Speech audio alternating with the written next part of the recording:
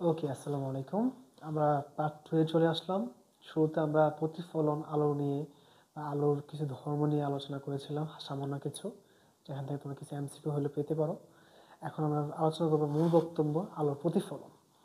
আলো বিভিন্ন ধরনের ধর্ম দেখায়, যার মাঝে একটা উল্লেখযোগ্য ধর্ম হচ্ছে আলোর প্রতিফলন।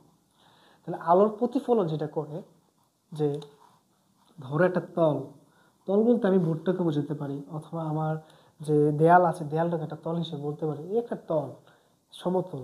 ওকে, এই সমতল পৃষ্ঠ, মনে করো যে এটা আমি ধরলাম কাচ পৃষ্ঠ, কিন্তু সমতল কাচ পৃষ্ঠ দেখবা আমাদের আলোটা যখন যায়, এই পাশে দিয়ে যাবে, ওই পাশে দিয়ে বের হয়ে যাবে।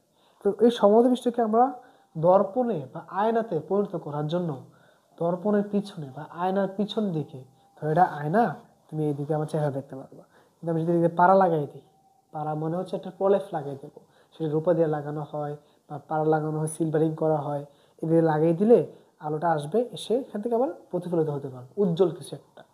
আমরা যখন চকলেট খাই না, চকলেটের খোসা হয় না একটা র্যাপিং পেপার, তো ওটা যখন দেখবা খুলে দেখবা যেটা পিছন দিয়ে ফয়েলটা উজ্জ্বল বর্ণের, অ্যালুমিনিয়ামের। তো ওটা হচ্ছে তোমার এরকম একটা জিনিস দিয়ে আয়নার পিছনে কী করা হয়, পাড়া লাগানো হয়, যাতে আলোটা যাওয়ার পরে আবার ফিরে আসতে পারে। তাহলে আমি কী করলাম, এখানে তার পিছনে পাড়া লাগিয়ে দিলাম নিচে দিয়ে। এখন দেখো, আলো অবশ্যই যখন আসবে, দেখো এভাবে দিলাম, আলোটা এভাবে চলবে। আমি পড়ছিলাম কি, আলো হচ্ছে একটা বিদ্যুৎ চৌম্বকীয় তরঙ্গ।